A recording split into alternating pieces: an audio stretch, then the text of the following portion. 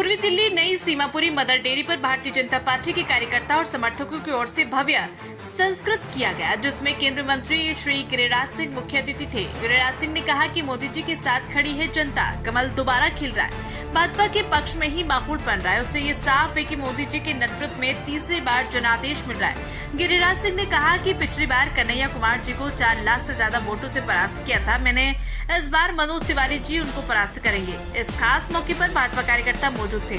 श्री संजीव अरोड़ा, श्री कुलदीप सिंह, श्री पुनीत पवार, कर्मवीर चंदेल, राजकुमार अंजना, श्रीमती सोनू शर्मा, सुधा चौहान आदि। Indian news दर्पण के लिए ब्यूरो चीफ सचिन चौधरी की रिपोर्ट। मैसेज देना चाहेंगे? हाँ, मैं सभी से दिल्ली वासियों से निवेदन करूंगा, 25 तारीख को घर से निकले और एक भरी धूप में कोई भी हो, आंधी तूफान कोई भी, भारतीय जनता पार्टी का कार्यकर्ता ना घबराएगा, निर्भीक आगे बढ़ेगा और राष्ट्र निर्माण के लिए सबसे आगे वोट करेगा।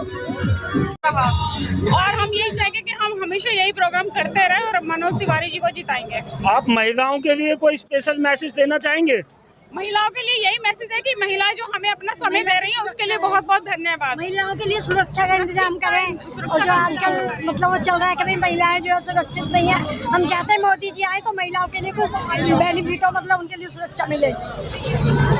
जैसे बसों में जाते धक्का मार देते हैं, कहते क्या हुआ मैडम, कुछ नहीं, ऐसे बोल देते हैं, लाइन में लगते रहते, बैंक जाते। राजेश मल्होत्रा जी इस कार्यक्रम के संचालन में आप सुबह से लगे हैं। राजेश मल्होत्रा जी के लिए निवेदन कर रहा हूँ कि इसके 2-2 घंटे लगो लाइन जो मंच से बैनर और प्लस झंडे, ये जो भी सामग्री मंडल कार्यालय में जानी है उसको तुरंत दिल्ली सरकार ने बसों में।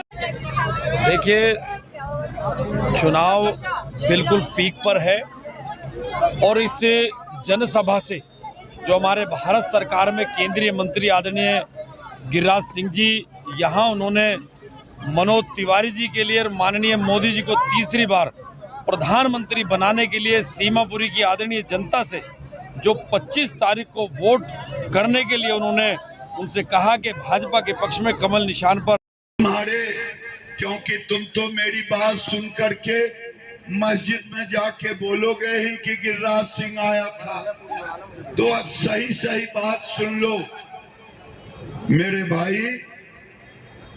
मैंने जब नजदीक बुलाया तो मैंने कहा सुनो, मुझे एक बात बताओ मौलवी साहब, तेरे मोहल्ले में प्रधानमंत्री आवास मिला है?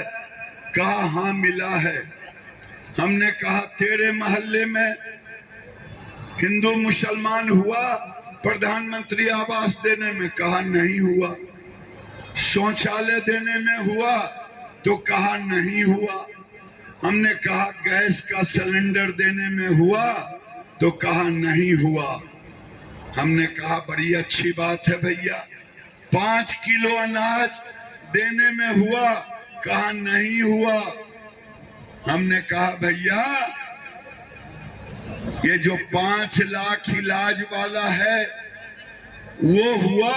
कहा हाँ भैया खूब हुआ, उसमें हुआ हिंदू मुसलमान? हमने कहा नहीं। जब कहा उसने नहीं तो हमने भी कहा नहीं। देखो मोदी जी हिंदू मुसलमान नहीं करते, लेकिन तुम ये बताओ कि तुमने हमें वोट दिया तो हंसते हुए कहा हाँ दिया।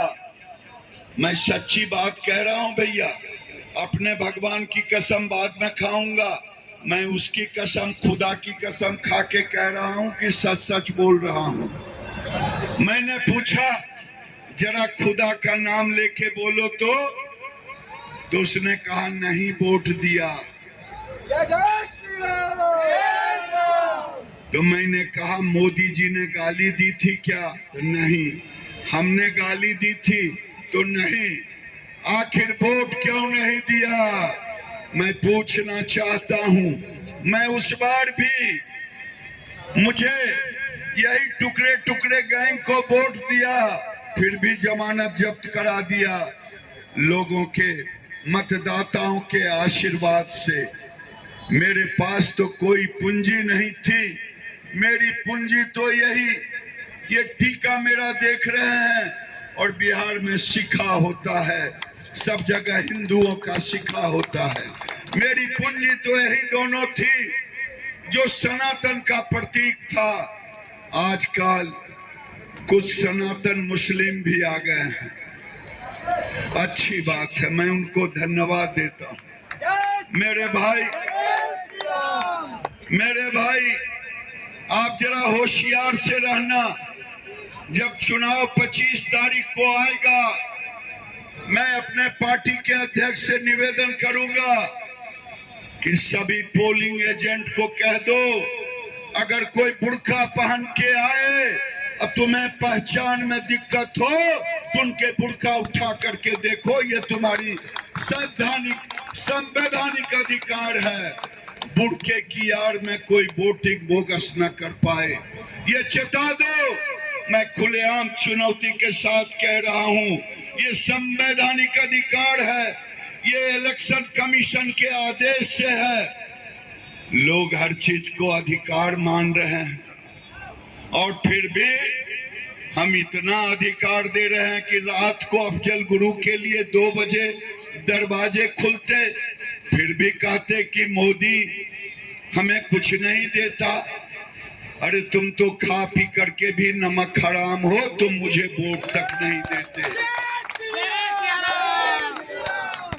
और मैं दूसरी बात कह रहा हूं, मोदी जी ने पूरे दुनिया में, जब मनमोहन सिंह की सरकार थी, मनमोहन सिंह से पूछा गया कि मनमोहन सिंह ने कहा भारत की संपत्ति पर सबसे पहला अधिकार मुसलमानों का है, सबसे पहला अधिकार मुसलमानों का है।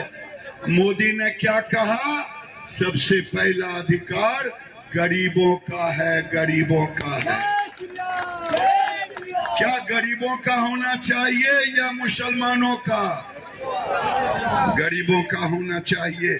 ये राहुल गांधी इसीलिए कर्नाटक में मुसलमानों को आरक्षण दे दिया, हिंदुओं का आरक्षण छीनेगा, कल हिंदू को मुस्लिम बनाने पर जोर देगा, कल पाकिस्तान बनाने पर जोर देगा।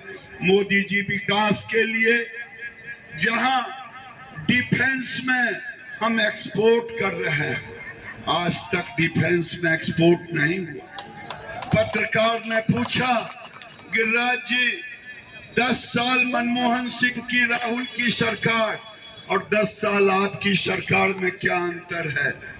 हमने कहा 10 साल में कांग्रेस की सरकार विवादों में घिरी रही और नरेंद्र मोदी